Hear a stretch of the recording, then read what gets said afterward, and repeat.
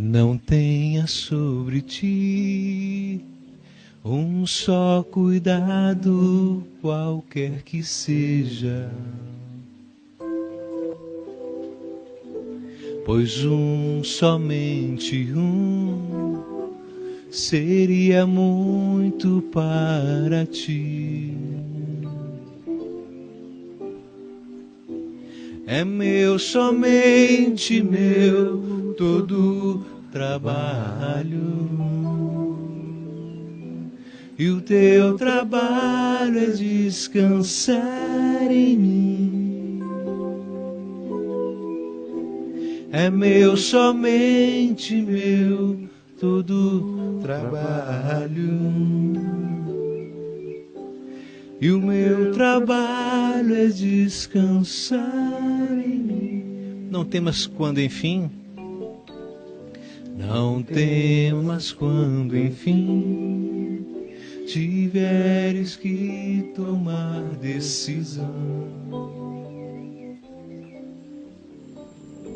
Entrega tudo a mim, confia de todo coração.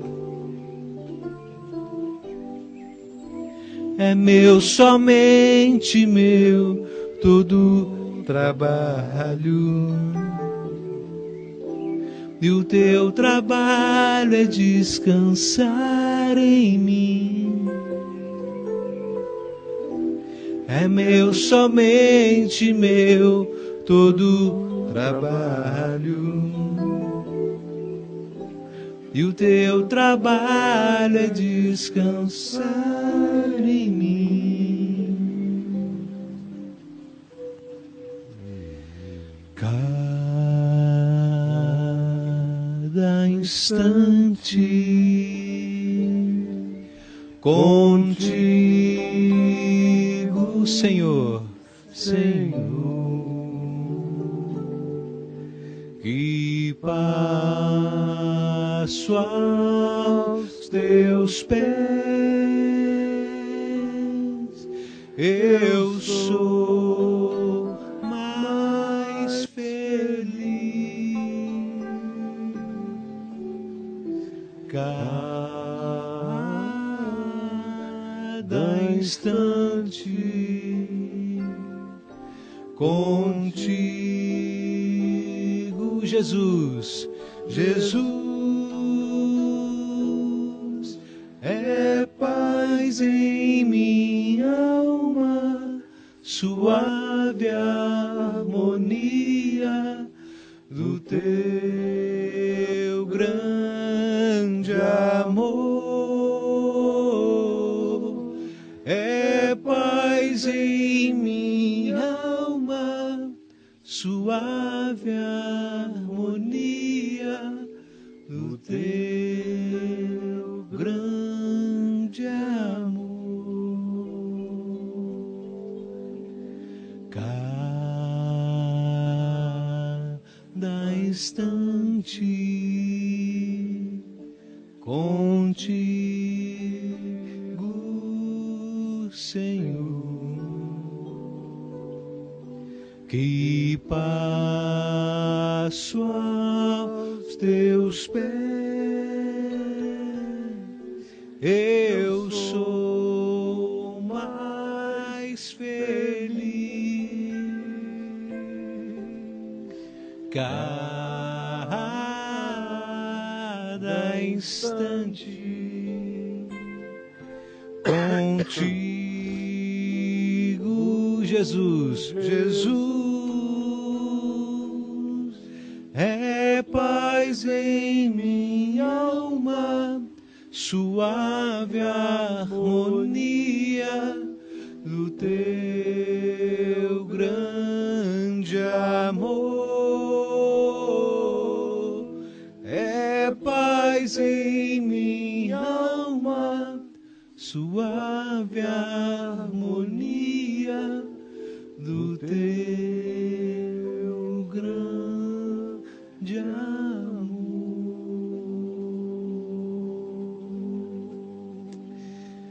Aleluia.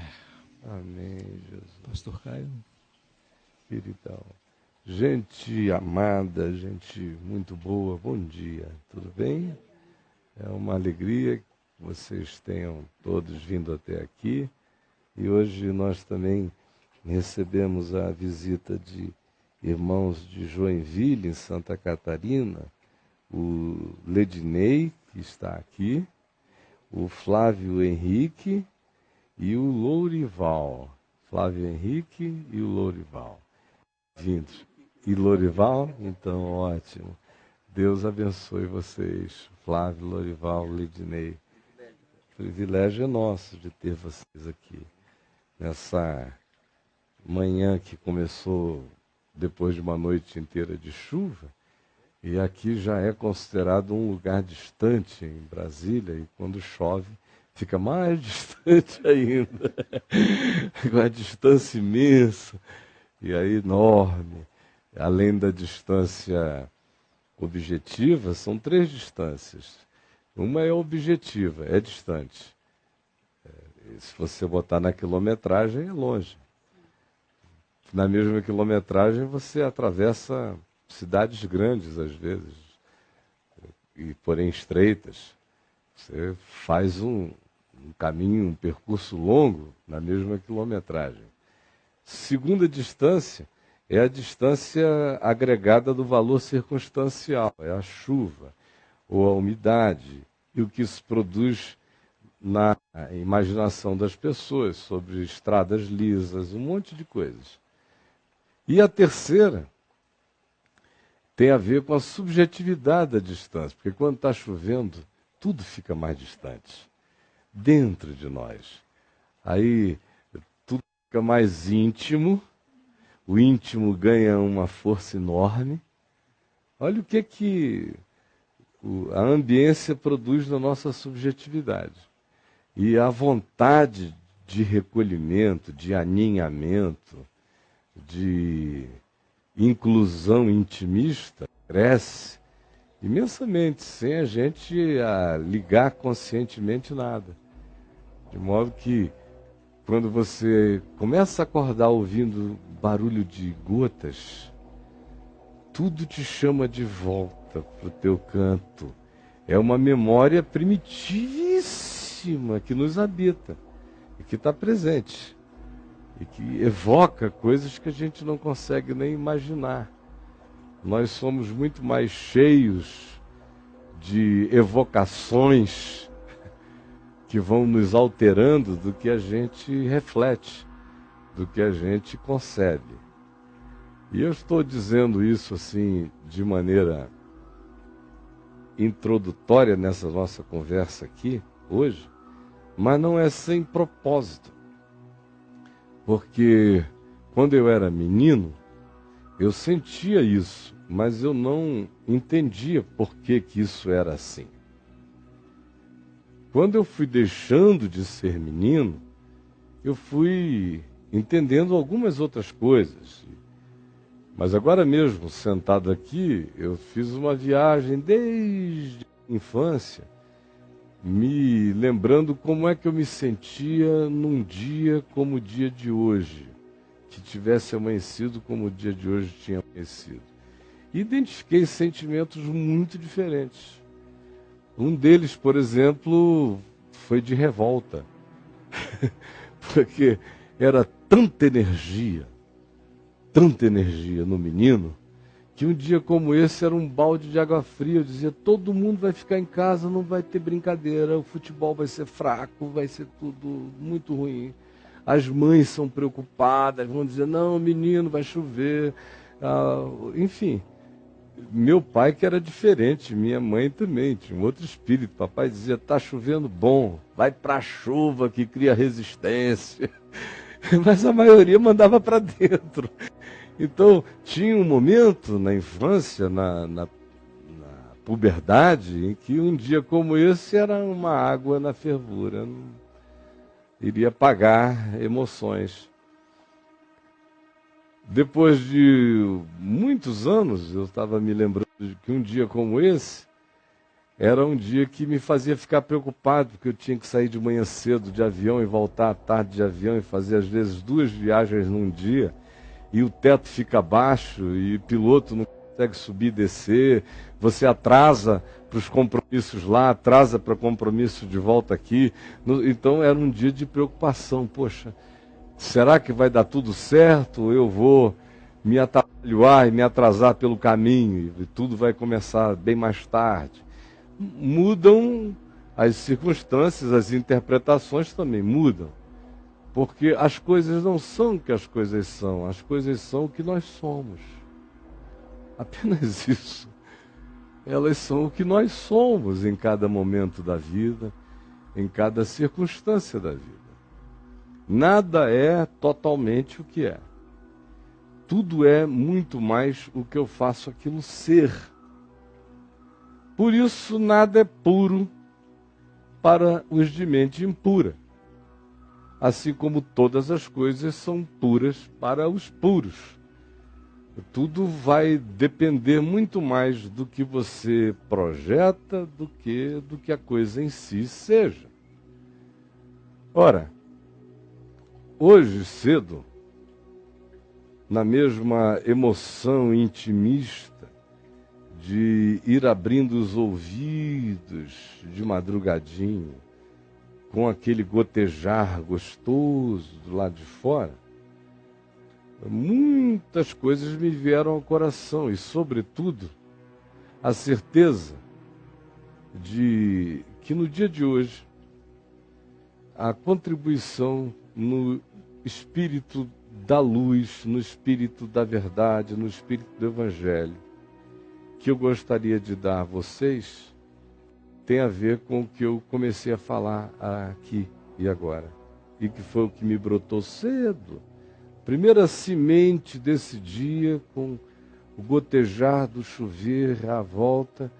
O que se abriu dentro de mim quando a minha oração foi: Senhor, o que aqueles que Tu trarás e aqueles que comigo se reunirão em Teu nome, à volta da terra, pela Vem Ver TV, estão precisando hoje? Dá-me uma palavra simples, como uma semente simples. E a palavra simples foi essa: quando eu era menino. Lembra de como era quando tu eras menino? E eu fui fazendo uma viagem de muitas coisas.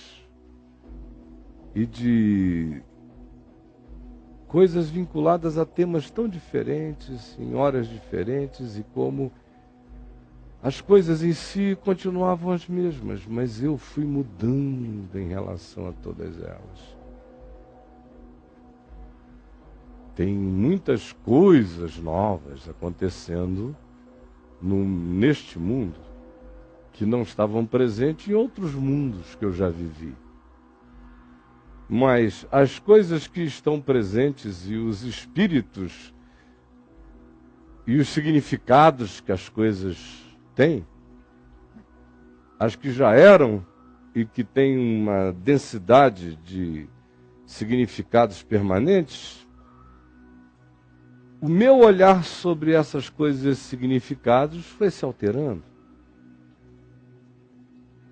Embora eu chame as coisas e os significados pelos mesmos nomes e entenda aqueles significados de maneira objetiva, mas eu mudei em relação à conclusão. À conclusão. Porque quando eu era menino, eram outros os ângulos. À medida em que eu fui vivendo, os ângulos foram mudando. Todo dia a gente experimenta isso. A gente vê crianças chocadas com decisões do maior amor paterno-materno por elas. Elas não vão entender nunca, porque quebra o poder desejoso do seu capricho naquele instante. Ou adolescentes revoltados. Eu, às vezes, vejo uma adolescente de 14 anos revoltadíssima.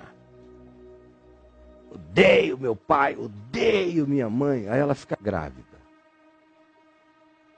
Um ano depois tem uma nenenzinha de 2 meses no braço dela, ou 3 aqui. Os seios dela estão crescidos, tem leite pingando lá. Ela tem que amamentar uma criança. Aí, 2 anos depois dela ter, aos 14, dito tantas vezes que se pudesse extinguiria pai e mãe, está ela conversando comigo, disse, não sei o que aconteceu comigo, mas hoje eu entendo papai e mamãe bem melhor. Aí eu digo, você vai entender perfeitamente daqui a um tempo mais. Começou como filhos da gente. Depois que eles casam e eles têm os próprios filhos, fica muitas vezes mais fácil você explicar as coisas para eles. Como, por exemplo, ontem, minha filhinha caçula, e que já me deu 2 netos, ela falou, paizinho, nós estamos indo aí almoçar com vocês, mas não precisa se preocupar em fazer nada diferente não, por favor, tá? Agora, sem pressão, tá bom? Se tiver algum problema, avisa que a gente não vai hoje. Aí eu falei, sem pressão? Como é isto? Imagine, aí eu falei da filhinha dela mais nova, da Diguinha, que é a minha neta caçula, a Lara. Falei, imagina a Diguinha escrevendo um WhatsApp para você, dizendo isso. Que pressão você sentiria, se não a pressão de uma alegria enorme, e de dizer, venha meu amor. Aí ela, agora eu entendo tudo. Claro que entende tudo. Porque é só se botar no lugar. Imagina aquela coisinha com 31 anos de idade te dizendo a mesma coisa na mesma circunstância. O que o teu coração vai sentir se não um galardão? Quando você tem essas convicções por ter vivido e passado pelos processos, tudo vai ficando mais claro. O problema, sabe qual é? É que a maioria de nós não vive o processo, não cresce.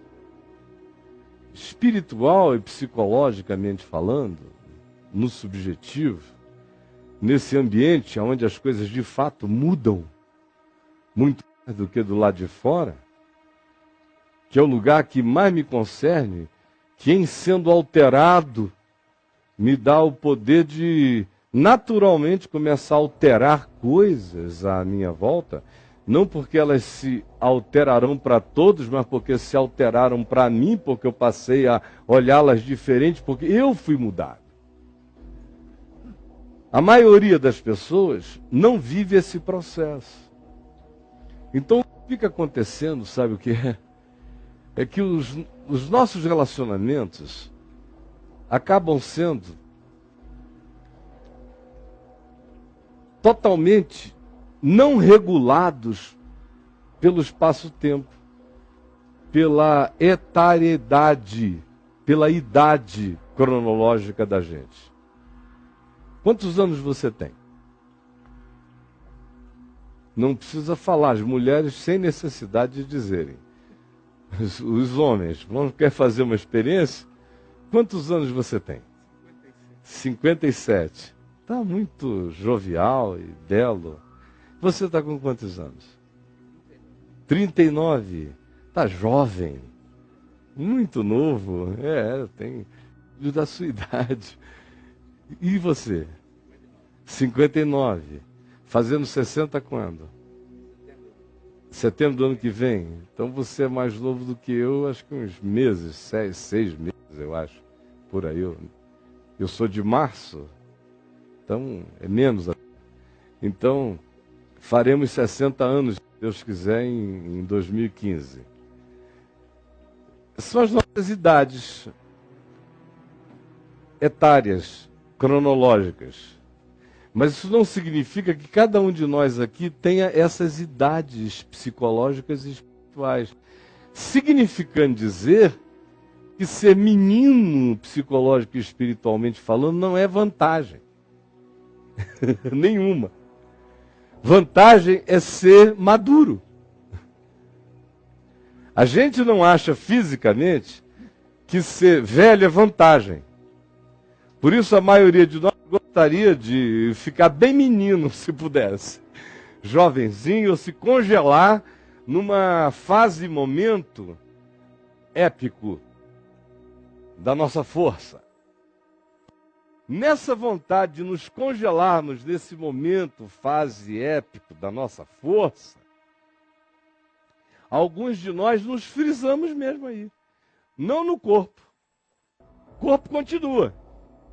Mas o cara fica lá. Ele não vai muito a lugar nenhum. Às vezes ele cresce nas funcionalidades. Mas as funcionalidades da gente não tem nada a ver com a nossa inteligência, maturidade, sabedoria, nada. Você desenvolve funcionalidades matemáticas, tecnológicas, de todos os níveis, para consumo social, como qualquer mamífero, nosso potencial cerebral desenvolveria de funcionalidade. Mas não significa dizer que a sua capacidade de entrar num laboratório e entender fissão atômica significa alguma coisa no nível das suas relacionalidades humanas. Qualquer idiota pode compreender esse nível de percepção e não entender as relações humanas. E nem saber nem quem é em si mesmo, mas compreender essas coisas do lado de fora. Qualquer mamífero com a nossa inteligência consegue. Mas, para aprender sabedoria, tem que ficar adulto na alma, na mente, na consciência. O que acontece o tempo todo, e que é a maior dificuldade da gente, tem a ver com o fato de que a gente demora a perceber, pela nossa falta de treino e de sabedoria pessoal, a enxergar as pessoas para além do que elas apresentam na fachada etária delas. Aí a gente conhece, há quantos anos ele tem? Aí ela diz, tá bom para mim, porque eu estou com 24, ele está com 29. Quem disse isso aí, idiota? Você encontra com o cara, às vezes diz, meu Deus, ele não saiu de 13. E quer namorar minha filha. E ela está achando que é o maior barato. Meu Deus. Aí você diz, Senhor, abre-lhe os olhos para que veja. Mas ela não enxerga. Ou ele não enxerga. O teu filho deslumbrado. Aí você, bateu o olho. Meu Deus. É igual a fulana, Beltrana, não sei o que. Você vai vendo assim aquela... Isso aí, assim, assado. Mas vai dizer para o garoto. Ele não vai entender. Nunca. Porque a gente está o tempo todo olhando fachadas e exterioridades. Nos outros, na mesma medida em que é isso que a gente apresenta para nós mesmos e de nós para os outros. Por isso é que a gente acolhe isso dos outros para nós. E a gente, por não enxergar aqui, não enxerga e não discerne lá. Porque eu só consigo discernir o meu irmão ou o meu próximo a partir de mim mesmo. Se eu tiver crescido, para me separar dos meus eus menores e que eu vou deixando para trás e ir me enxergando, à medida em que eu vou me enxergando, eu entendo melhor você. Assim como minha filha caçula com 2 filhinhos me entende bem melhor hoje como avô. Porque ela se projetou no meu lugar, imaginou a filha fazendo o que ela estava fazendo comigo e explodiu para dizer, claro, né, pai? Por que eu estou fazendo uma pergunta dessa? É só porque eu ainda não, na experiência, vivi isso, mas quando eu imaginei, ficou óbvio na mesma hora. Porque é assim que é. Então, olha aqui. Quando eu era menino, como Paulo diz aqui em 1 Coríntios 13, quando eu era menino, eu pensava, eu sentia, eu tudo mais como menino. pensar e sentir, ver, interpretar como menino. E, obviamente, ele não estava falando no que ele queria dizer aos que estavam com ele ali, em Corinto, ouvindo. Ele não estava falando de que quando você muda de estações etárias, você amadurece, necessariamente. Você é forçado a assumir certas responsabilidades por causa do conjunto social. Você tem que se tornar funcional. Mas ele estava falando aos de Corinto, era de algo espiritual e psicológico. Vocês lembram como é que aquela primeira epístola começa? Com ele dizendo, olha, vocês são carnais. Eu não pude falar a vocês de um outro modo, senão como a meninos.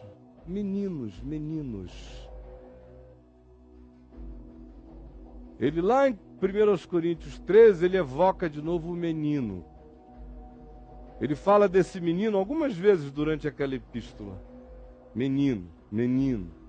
Lá no início ele lança essa coisa do menino. Não vos pude falar senão como a meninos.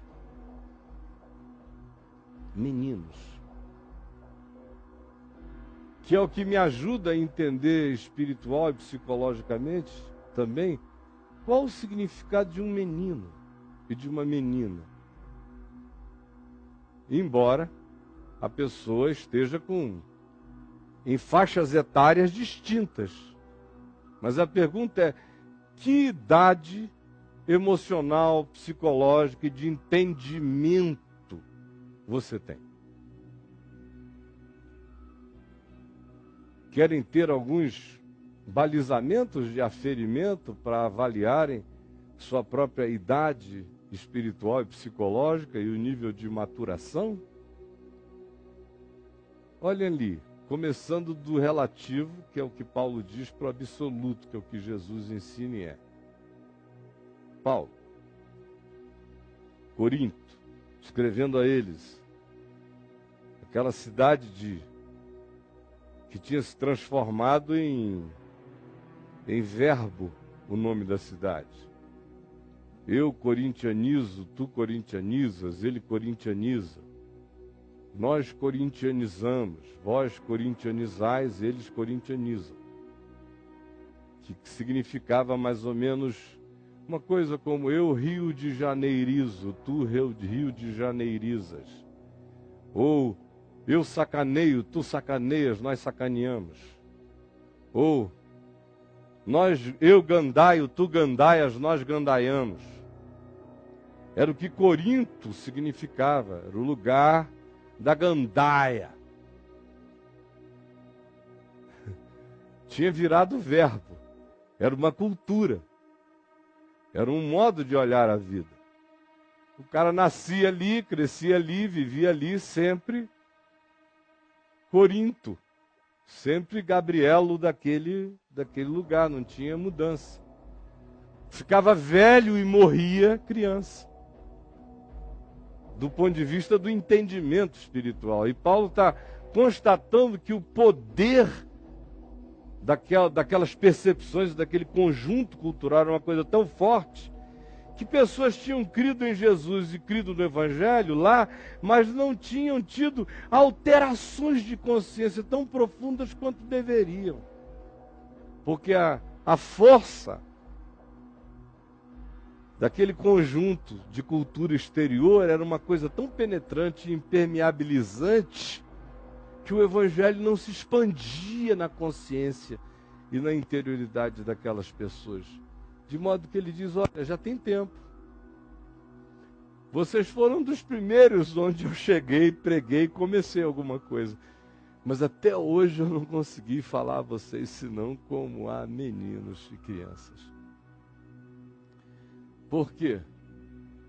Aí ele diz, porque vocês são cheios de divisões, de facções, de ódios, de raivas, de antipatias, de intolerâncias. Na mesma medida, em que vocês são de uma permissividade pessoal extraordinária. Vocês adulam os seus caprichos. Por isso vocês se entregam a devaneios e a práticas de luxúria, de promiscuidade. Ele viria dizer depois que ali no meio daquelas pessoas, lá numa outra epístola que veio a escrever, há entre vocês até mesmo aquele que possua a mulher do próprio pai. Como ele já tinha dito nessa mesma primeira epístola, naquele momento de ceia do Senhor, que tinha gente que ia para aquela reunião com tanto vinho pessoal e tanta comida pessoal que tomavam porres durante a reunião, enquanto outros passavam fome. E eles se vangloriavam de terem sobre os que não tinham, no ambiente do próprio encontro. De tão perversa que era a manifestação daquilo que eles chamavam de nosso encontro fraterno. Meninos. Paulo fala naquela epístola dessa mente criança o tempo todo. Por exemplo, lá no capítulo 6 dessa epístola, 1 aos Coríntios, quando ele fala do modo como aquele pessoal fazia negócios, como os negócios deles eram tão atabalhoados, eles não tinham discernimento para escolher os sócios.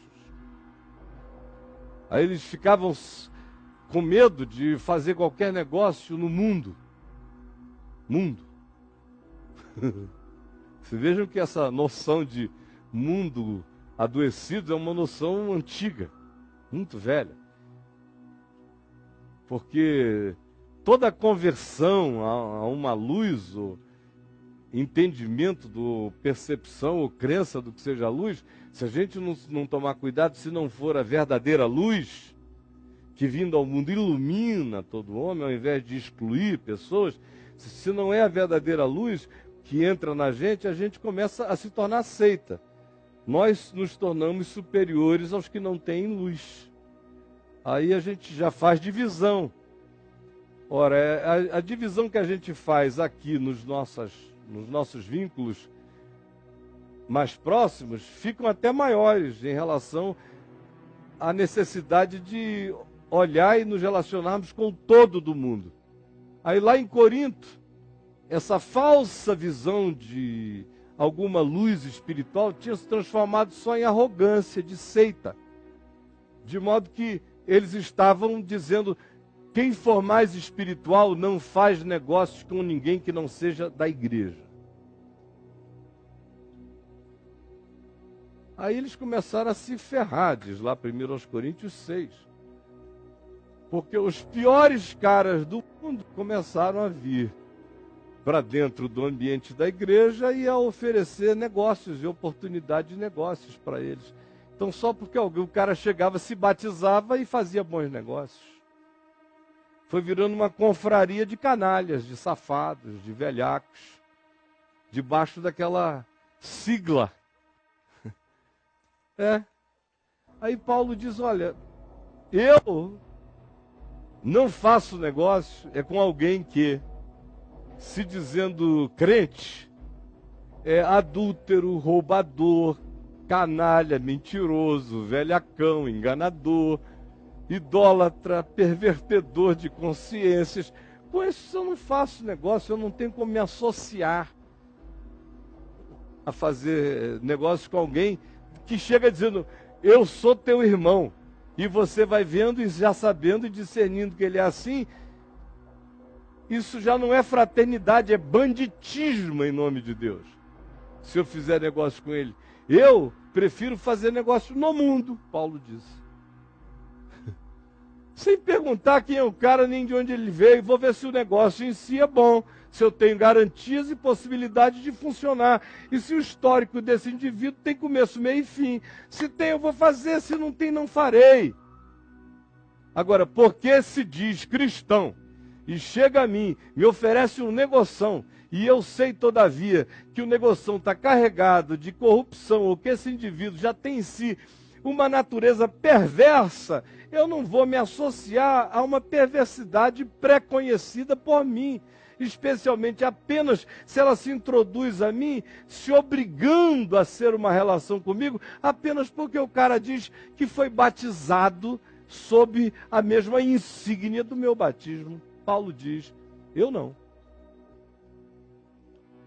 Pensar diferente é mente de menino.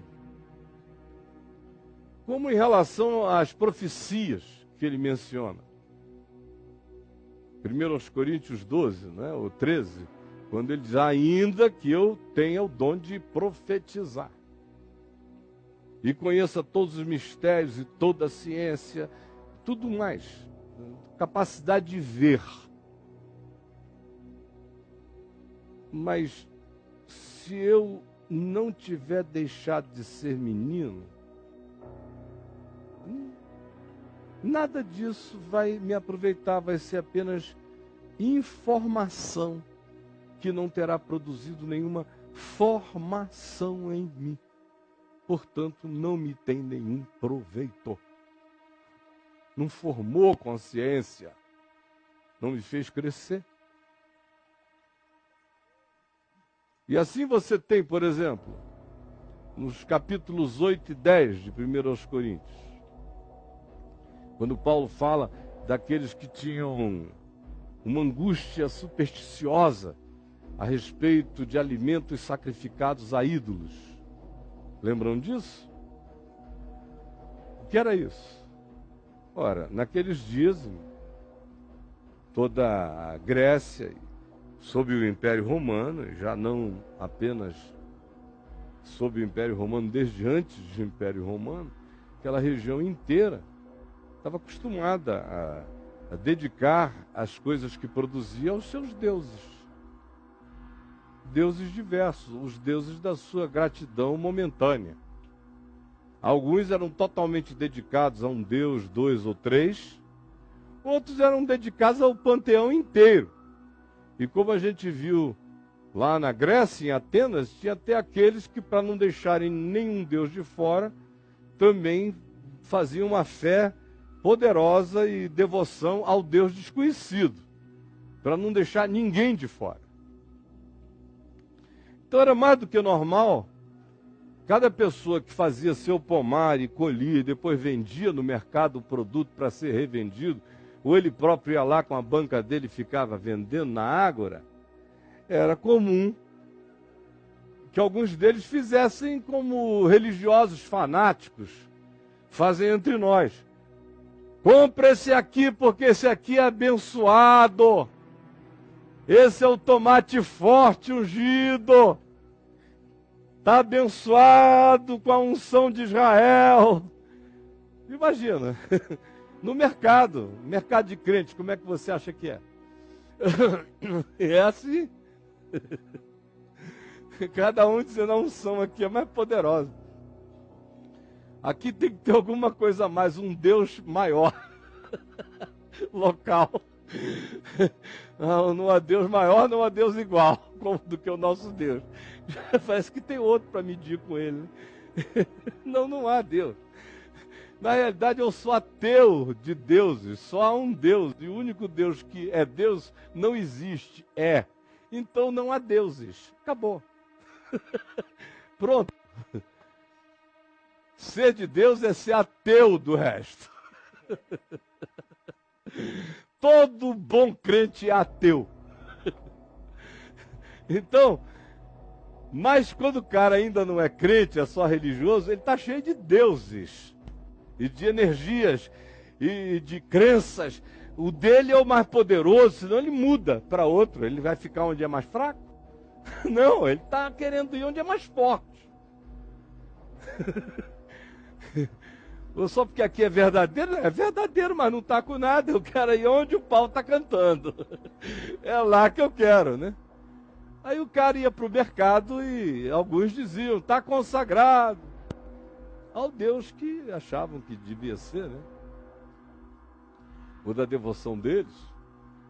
Aí Paulo diz, olha, se vocês não é para vocês não irem ao mercado, porque tinha gente radicalizando, meninos do entendimento radicalizando, dizendo, ninguém pode ir mais ao mercado. Tudo está consagrado. Temos que criar os nossos bunkers, guardarmos o nosso próprio alimento, plantarmos em casa e não comermos dessa contaminação mundana e espiritual dedicada a esses deuses das trevas. Não podemos. Aí as alminhas mais atemorizadas, aquelas criancinhas, né? Todo mundo, esse aqui é um balofão grandão. Meninão, falando isso, não podemos. Aí aqueles outros, aqui, tudo menino também. Espiritual. Ai, meu Deus, e agora, e comigo? Vamos ficar com medo? Vamos plantar nossa hortinha para não nos contaminarmos? Aí a vida vai ficando pequenininha, o clubinho vai diminuindo. Ai. Outros, por seu turno, chegavam e diziam, que é isso? Eu quero é aquele ali, tomate de Ísis do Egito. Importado, me dá esse aí, do bom. Aí o outro aqui. Aí Paulo disse, vocês nunca crescem para nem terem medo de nada. Porque o ídolo nada é no mundo. O ídolo não é nada. Não existe. Só para aquele que deposita nele essa crença. Mas ele não é em si. Só há um que é em si. Nem nada mais é em si. Então pronto, o ídolo nada é. Para quem tem medo, saibam disso. E para quem não tem, olha para quem tem medo e não seja idiota de ficar dizendo, eu quero o importado tomate Ísis do Egito. Porque na cabeça do teu irmão que não sabe e que é temerário e apavorado, ele vai achar que tu cultuas a Ísis. Só porque tu não tens medo dela e ficas com essa basófia de libertação da consciência, atropelando a percepção dos frágeis. Então quem tem medo é criancinha. E quem acha que não tem, que está com tudo, é só um balofo de burrice. E de falta de misericórdia, compaixão e entendimento sobre o próximo. Mas todos meninos. Meninos. O critério absoluto para eu avaliar a minha idade espiritual é aquele que Paulo estabelece e Jesus é a encarnação dele. É amor. Amor. Eu sou tão maduro quanto adulto, lúcido e consciente seja o meu amar. O meu tratar. E o meu amar não é o meu emocionar-se, não é o meu romantizar-se, não é o meu enfatuar-me de afetos fraternos. Não. O meu amor é do tamanho do bem limpo e simples que a minha vida faz como escolha cotidiana de ser. No fim, o amor, quando amadurece, ele não realiza nada nem por causa do outro. Ele é apenas fruto de uma consciência intrínseca. Ele vira você, se você vai se deixando moldar pela luz e pelo caráter dele. Aí você começa a crescer. Aí as coisas começam a aproveitar. Aqui. Porque tudo que a gente aproveita aqui é ainda transitório e passageiro. Vai chegar um dia em que não vou precisar de mais nada, nem você. Eu vou ser só amor. E você também. Fé já não será necessária, porque então eu conhecerei como hoje eu sou conhecido, não é o que Paulo diz em 1 Coríntios 13, dizendo quando é que a gente de vez se torna aquele homem segundo Deus, em plenitude absoluta, que nunca acontecerá aqui no espaço-tempo. No espaço-tempo eu vou estar sempre crescendo para algum lugar, na direção de me tornar como Ele, de conhecê-lo como também sou conhecido. Então, eu sei da minha total relatividade, por mais maduro que eu me torne nesse mundo, porque eu não o conheço como Ele me conhece. Esse é o critério final. Eu só vou virar gente no dia que eu o conhecer como Ele me conhece. De certa forma, está decretado que aqui no espaço-tempo eu nunca me tornarei um homem total. Nunca. Por mais que eu amadureça, Paulo que está escrevendo isso, e se reescrevesse isso na véspera da sua morte, escreveria do mesmo modo. Dizendo, agora, pois, conhecemos em parte profetizamos. Tudo é em parte, tudo é relativo. A nossa melhor maturidade ainda é em parte, para a gente nunca deixar de nos desafiarmos todos os dias a abandonarmos mais uma camada da cebola do nosso infantilismo espiritual e psicológico, que são profundamente arraigados em nós, até o último dia da vida, jogando cascas para fora e crescendo, até chegarmos nessa hora em que a gente conhece como é conhecido. Só que, quando essa hora chegar, e eu conhecer como já sou plenamente conhecido, eu já não estarei mais aqui. O desafio é conhecer ao máximo como eu sou conhecido aqui. Esse é o desafio da nossa consciência. É o desafio posto para a nossa humanidade.